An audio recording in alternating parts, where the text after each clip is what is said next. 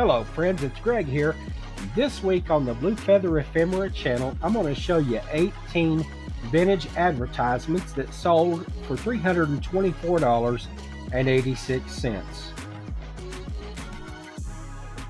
Right after that, we'll cover this week's bonus topic about promoted listings. I titled it, Please Don't Promote Because I Do. That's just a fun way for me to say I want my listings to reach buyers before anybody else's listings do. So stay tuned for that. But first, let's take a look at those ads.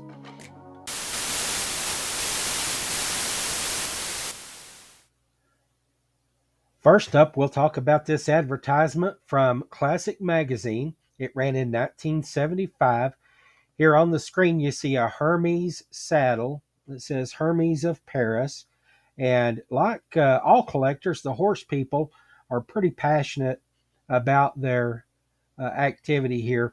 What you see on the log is a saddle, a helmet, gloves, a whip, and a goad. And it says that Hermes carries silks, leather goods, couture, jewelry, fragrance, and they also handle custom orders. A real nice ad there. I got a good price for it. $23.77 sent this ad to Indiana. The second ad going to horse lovers this week ran in the same magazine, Classic 1975, placed by a business called Wakefield Scarce Galleries located at Science Hill in Shelbyville, Kentucky. And a sculptor named Doris Lindner produced these for Royal Worcester Porcelain. And at the top here, you see a Palomino. It's based on a horse named Yellow Straw from California. And then there's an American saddle horse called Sensational Princess right there on a Shelby County, Kentucky farm. This beautiful ad sold for $18.77. It's on its way to New Mexico. This is ad number 3 from the same magazine, Classic, in 1975. This is a Michelob beer ad, and it doesn't really have a horse theme, but it is a catchy ad. I like the sales pitch there at the top. It says, how to let your best friends know who your best friends are. And in this beer bottle vignette here, these outfits scream 1970s with the polyester print shirts and the big collars. $18.77 sent this ad to a repeat buyer, my collector in Missouri. That same buyer picked up another ad from a St. Louis company, this one based in that city, just like the Anheuser-Busch ad that we just looked at for Michelob. This Missouri collector also picked up this ad for Dew deodorant, and the company ran this ad in Woman's Home Companion 1933. And I chose the image at the top of the ad for the primary eBay listing image, but here's what the rest of the ad looked like here. It's a partial page, and down at the bottom it shows some of the company's products down there at the bottom of the picture. But it says, Dew is essential. Every man expects the woman he loves to be dainty, fragrant, and well-groomed. And so I've noticed that you see the word dainty a lot in 1930s advertising. And today, we think of it as being small and delicate, but apparently in the 1930s, it meant free of body odor. Anyway, fun little fact, $12.77 sent this to Missouri, to that repeat buyer. Next up, we have an advertisement for Chivas Regal. This appeared in Playboy magazine 1983, and it's just a big old bottle of the booze here and not much else to say about it. It says, he always expected big things from you. So basically, it's a Father's Day ad. And this went to a buyer in New Jersey for $12.77. This is an advertisement for the New England Collapsible Tube Company. This company is based in New London, Connecticut. And on the screen here, you see one of the collapsible tubes is packaging Lifebuoy Shaving Cream. This ad appeared in Drug Market's 1931 magazine, and there's a little bit closer view. In the detail of the text here, basically the point they're trying to get across is that when you put your product in a quality tube, buyers can be sure it's a quality product. So $16.77 sent this ad back to its hometown in Connecticut. This ad for Ethan Allen Furniture ran in House Beautiful in 1946, and it shows a bedroom suite of Ethan Allen Furniture. It's colonial furniture, bedroom beauty that adds up.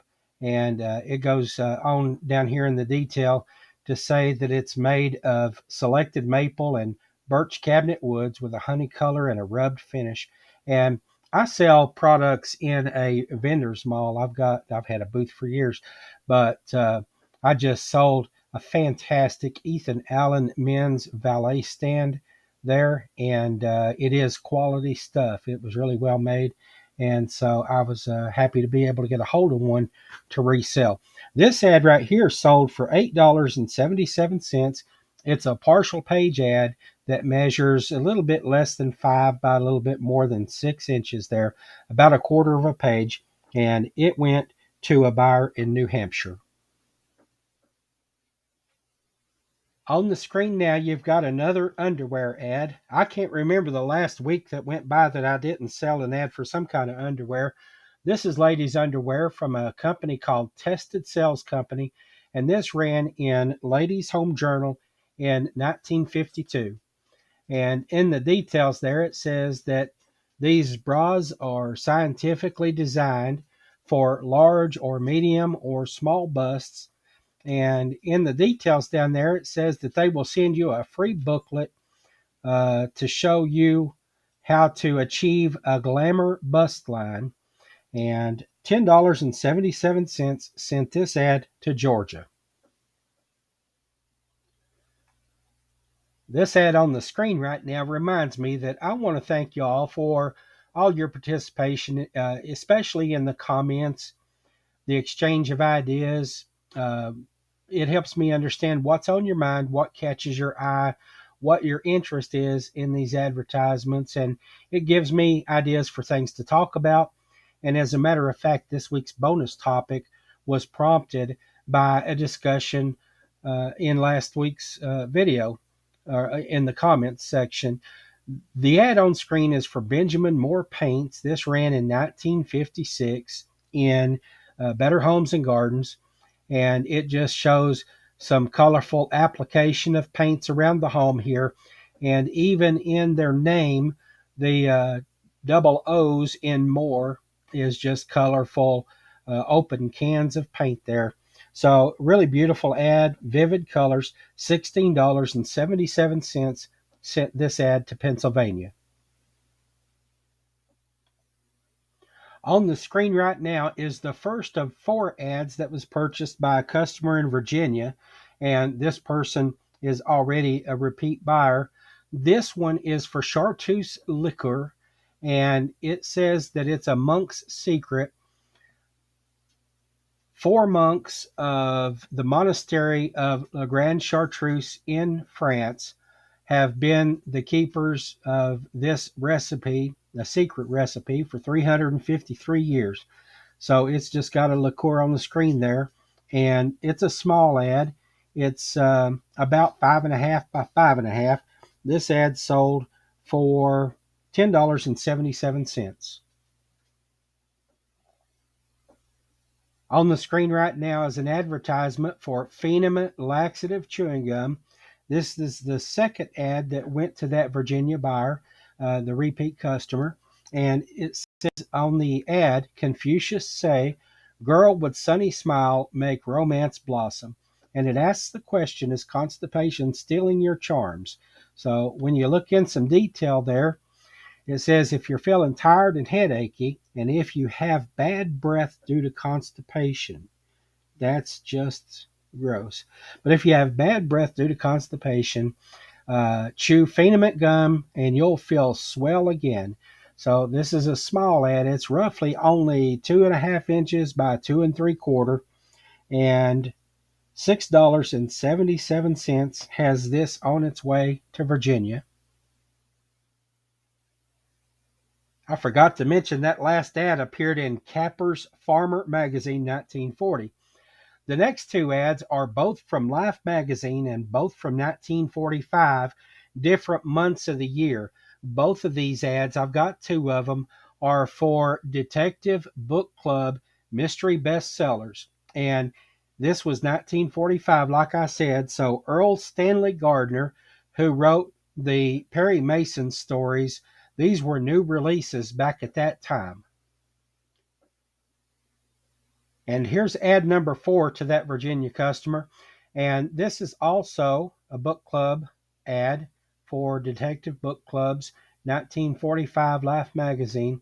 And in the detail of this, you can see here that it mentions Perry Mason again, but this has Nero Wolfe and Agatha Christie as best-selling authors of these books. And again, $16.77 for both of these book club ads on the way to Virginia. This is a really interesting advertisement right here because, the evolution of technologies and especially computers is kind of interesting to me. I've listed this as a Haldex Speed Pilot average speed computer. And this is something that car enthusiasts back in the 1950s could install in their cars. And this appeared in Road and Track magazine, 1956.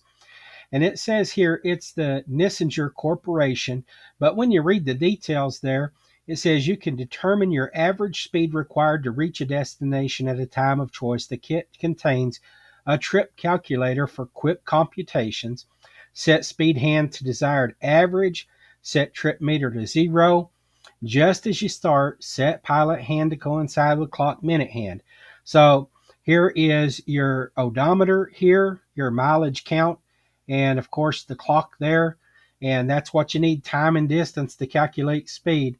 So this is, before we had digital trip calculators on the dashboards of our cars, this is what they used. And another thing too, it said that this is the company that made Halda taximeters. So that's pretty interesting to me as well. $16.77. This was my only international sale through the global shipping program this week, and this is going to Hungary. Next up, we have an ad for the Rockwood Sprinkler Company of Worcester, Massachusetts.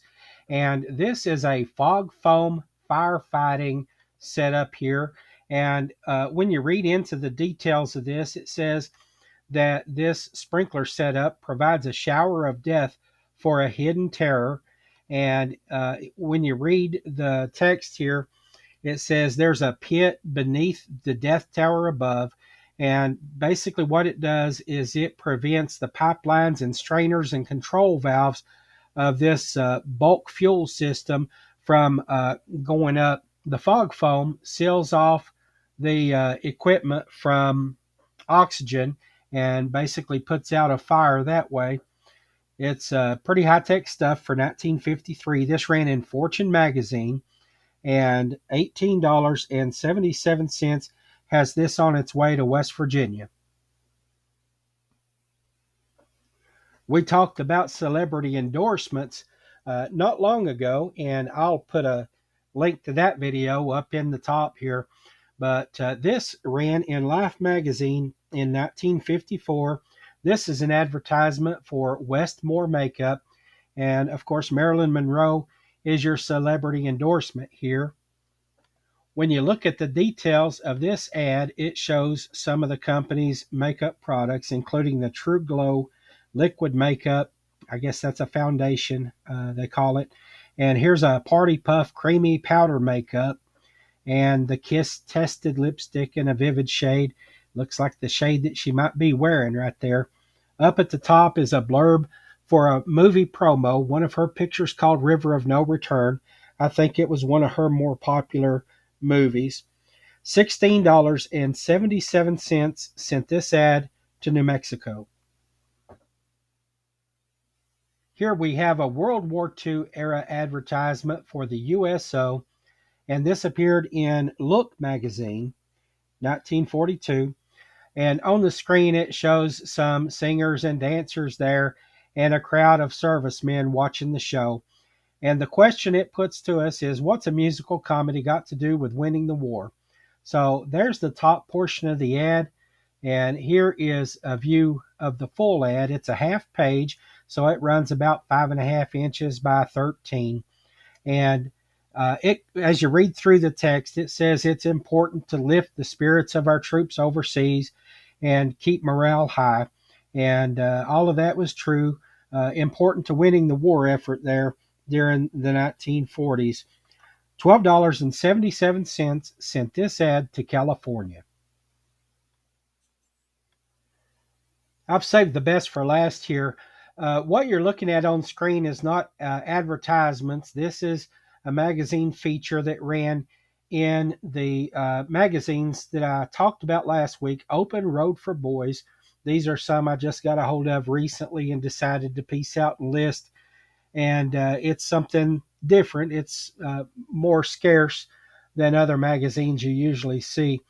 But the features here ran in two parts in February of 1945 and in March of 1945. Luckily, the lot that I purchased contained both magazines, and so when I took them out of the magazines, I put them together in one listing and sold them as a complete story. This is the story of Major Richard Ira Bong. He's referred to as America's ace of aces. He has the most fighter plane kills of any American pilot. In World War II, he was credited with 40 kills in his P-38 Lightning aircraft. On screen now is part 2 of that feature, and the magazine called it Dick Bong Sky Terror. And the piece starting in the February edition goes from his boyhood desire to be a pilot up through his military recruitment and training just a month after Pearl Harbor. And he was so successful as a pilot gunner that they had him to be an instructor pilot in a couple of different locations before he was deployed overseas. But once he got into the Pacific Theater, he really made a major contribution to the air campaign and the war effort against Japan. Just zooming in there a little bit, there's some fantastic art here. It really is beautiful work. Down here in the bottom corner, it shows the awarded Congressional Medal of Honor. Dick Bong quickly raises his score to 40, the greatest record of any American flyer, but others are right on his heels. It's a close race. I read a little bit about his biography, and tragically, just 5 months after this March 1945 ad ran, he had returned to the United States, got married to his sweetheart named Marge, and Marge is who he named his P-38 plane after, and put her picture on the nose art of the plane. But when he got back to the States, they got married. He went to work for Lockheed, and he was in the process of being a test pilot and helping Lockheed develop the next fighter plane that they had or were going to put into production. It was called a P-80A. And on the morning of August 6th, 1945, that's the day the U.S. Dropped the first atomic bomb on Hiroshima. That day, as he was taking off in a P-80A test plane, there was some kind of a mishap on takeoff, and he tried to eject, but he was burnt in the aircraft exhaust and died on the scene. So really tragic, great American, a war hero, super story that ended tragically. But, of course, this appearing in March of 1945, that tragic end doesn't appear in this magazine for boys. But anyway, really interesting. several books written about him in later years, including a book written by his commander, General Kennedy. And $68.77 sent this to a buyer in California. It's always a great day when you can sell a magazine feature like that for $68, and I can tell you that that sale more than twice over paid for the whole magazine lot that it was a part of, and that's incentive to keep going as a seller, and that just charges your batteries when you see a sale like that. But the story of Richard Bong is one that would make you want to abandon your print ad video and launch into a Richard Bong biography video, but I know we can't do that. So we're going to move on and talk about the bonus topic, which is promoted listings. On the screen right now, I've got some numbers up there. This is directly from the eBay store, and this is just to illustrate why it is that I chose to sell promoted ads, why I use promoted listings to sell. And of course, to start with, I've got to clarify a couple of points here. Uh, the time period we're looking at is May the 8th to May the 14th. That's the time period that's covered in this video. You see there that the total sells $391.99 up in the upper left hand corner. That's different from the total sales that I described to you as we got started with the video. I remember telling you that I sold 18 ads for $324.86. What you see on screen right there, $391.99, that includes the $30.93 that eBay collected for state taxes, and it also includes roughly $66 that eBay collected for shipping costs. And there's one more thing to bear in mind, that if you do the math there, there's a disparity of roughly about $30 to $32, and that's because I'm running a 10% off sale with a coupon in my store. With that little bit of guidance out of the way, let's go ahead and look at the next screen that I grabbed for you.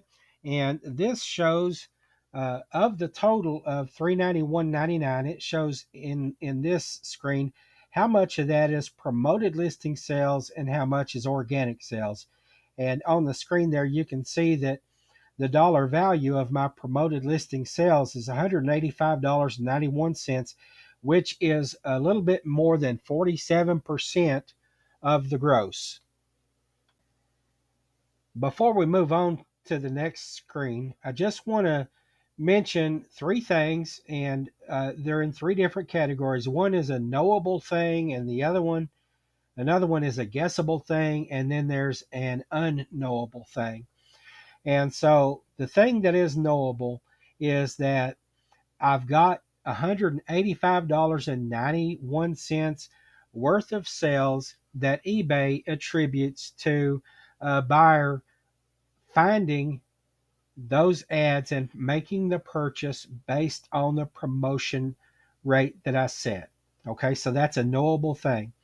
Now, a guessable thing is how much it cost me to promote these.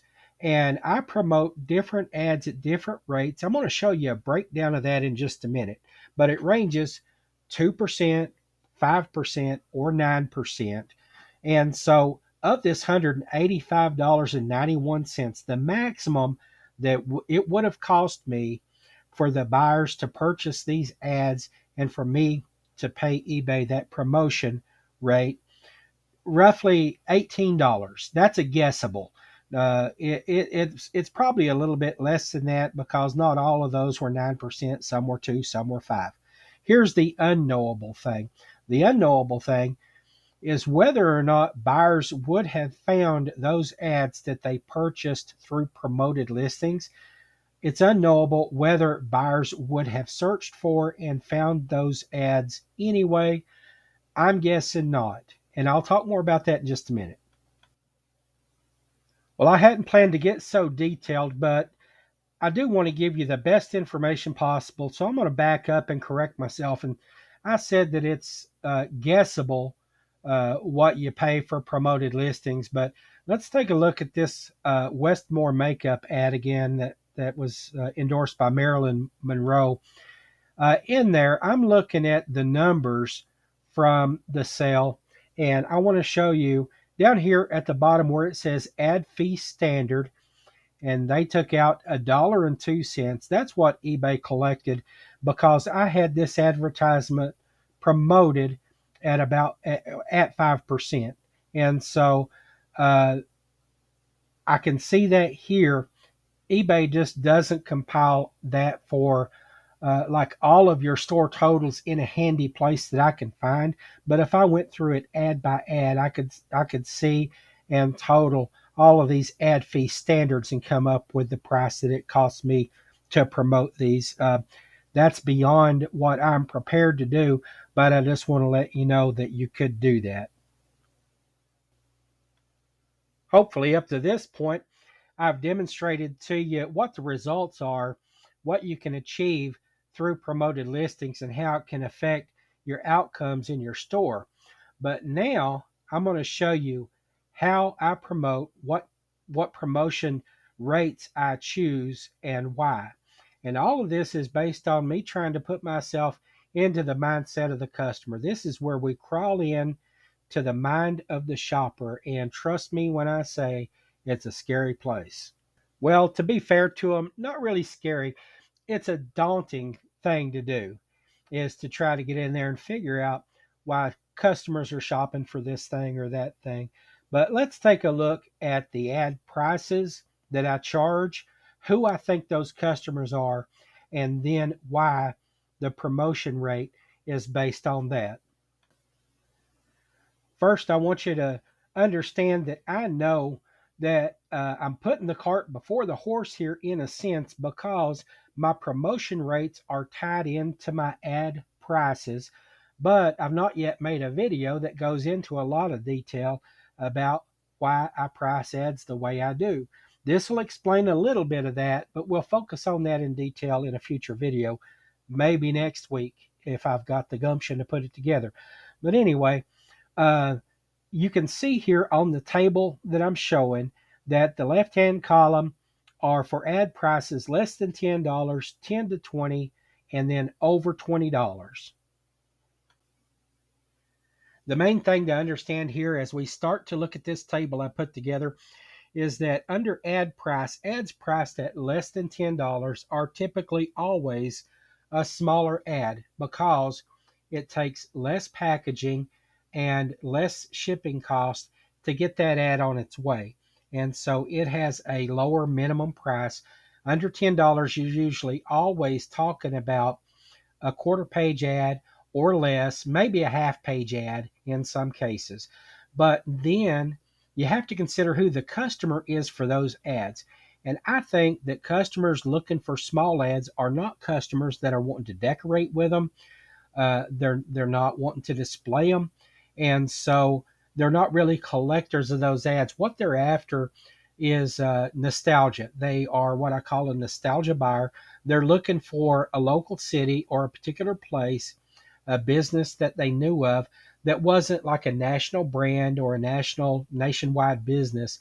They were looking for something specific to a place where they grew up, or maybe a town where they went to school, or a business that they worked at that wasn't, again, it wasn't nationally known. It was more regional or local. And so ads like that you can think of as novelty ads or oddities or things that are more obscure, more scarce. And so I think that the customer for those is going to be looking for them, and they're going to look for very specific things in the searches that they do. And so, more key than the promotion rate for them finding my ads is going to be the way I put together the titles.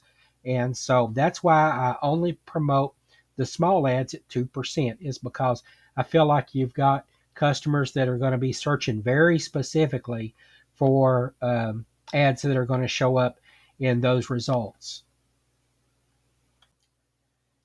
Next up is the $10 to $20 range on the table here. And I feel like that these are typically full page ads that are going to be searched for by people looking to decorate or display them, or collectors who either collect the ads themselves or they collect the product that these ads are advertising, and they just want to add to the theme of their collection display by including advertising for it. This has uh, a facet of popular culture nostalgia, because these are the ads that were for nationwide chains or national products, and they're known to everybody. This is basically where you'll see Coca-Cola and all of the cars and all of the cigarettes and pretty much everything else like that. I promote these at 5%, basically hoping to just put them a little bit ahead of other sellers. And, uh, you know, that's it's fierce competition in there. So I do sell ads in that range, but it's tough. And finally, here on the table, let's look at those ads that I price over $20. The customer for those, I think you're talking about serious collectors, people who do appreciate an ad with some scarcity, an ad that there's not so much competition for because it was in a magazine with a lower circulation, or maybe it was in a newspaper, or maybe it was in a regional publication or something like that. Then you're looking at also at historians who have an interest in a place or a product that's mentioned in an ad, maybe for research purposes, maybe just for documentation. They may put it in like a hometown uh, um, historical society publication or something like that. And then also in this price range, you're talking about people who are really after the scarcity, or else they have a great appreciation for the art and visual interest of something that you just rarely, if ever, see. And I want to use the 9% promotion rate for promoted listings to get this not just higher in the search results for people who are doing searches on the eBay platform. 9% really helps them get off of the platform and into other places on the internet where eBay is choosing to place these ads in front of people. And I feel like if you get it there, and if somebody is going to click on it, uh, and follow that advertisement back to eBay, I feel like those people are less likely when they arrive at the platform. I don't think they're the kind of shoppers who are going to get there where they can buy it and then think, oh, well, I'll see if I can find one like this cheaper, or I think I'll see if there's something else like this that I like even better. They've done, you know, they didn't have shopping on their mind, or they didn't at least have shopping for this product on their mind. So I think it's more likely that those impulse shoppers are going to turn into customers when you draw them to your product from outside of eBay at the very start.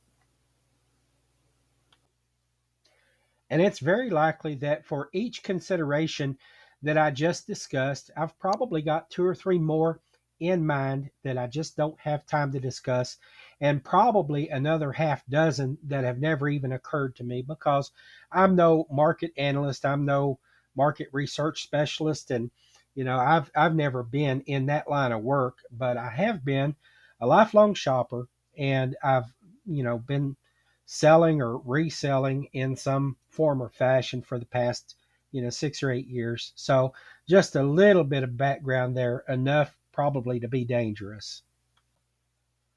We're going to wrap up this topic by putting a little bow on top, and the little bow I'm going to tie is this. um, you can promote at 2%, 5, 9. eBay will let you go up to 25%. I don't think that's necessary, but I'm a believer in promoted listings. And I titled this, Please Don't Promote Because I Do. And that's just because if you don't, I feel like that my store is going to have an advantage over your store. But, I don't necessarily want that to be the case because there's enough customers out there for all of us.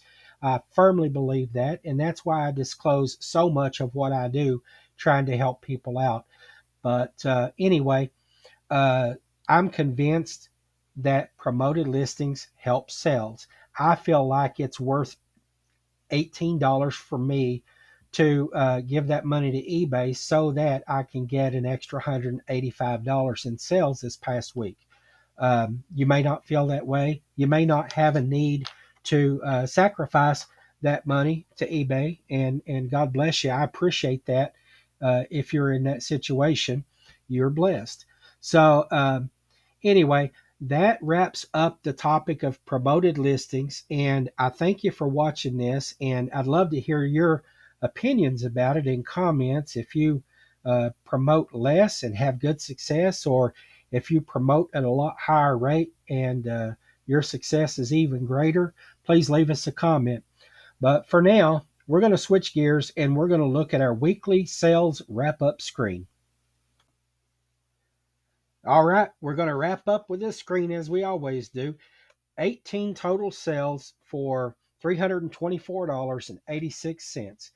I didn't have any situations where the buyer surname matched a business name or the name of a person mentioned in an ad, but I did have two customers that bought ads that are going back to their home cities, and that accounted for three ads sold.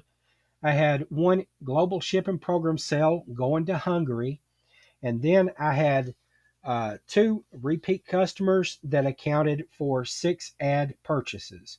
So it's a good week. It's always a good week in this business because I love it. And I appreciate the fact that you've watched, and I hope you found something that can be of use to you. Thank you for watching, and I hope to see you again next week.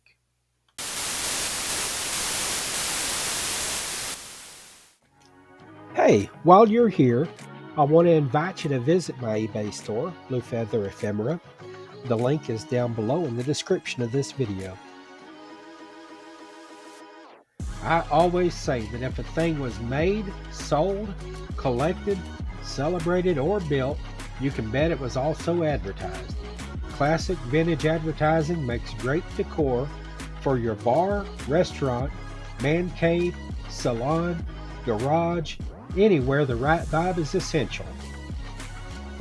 If you enjoyed the video and want to see more content like this, please hit the like button, share it with friends, and subscribe to the channel. Also, leave a comment. I'd love to hear from you. Until next time.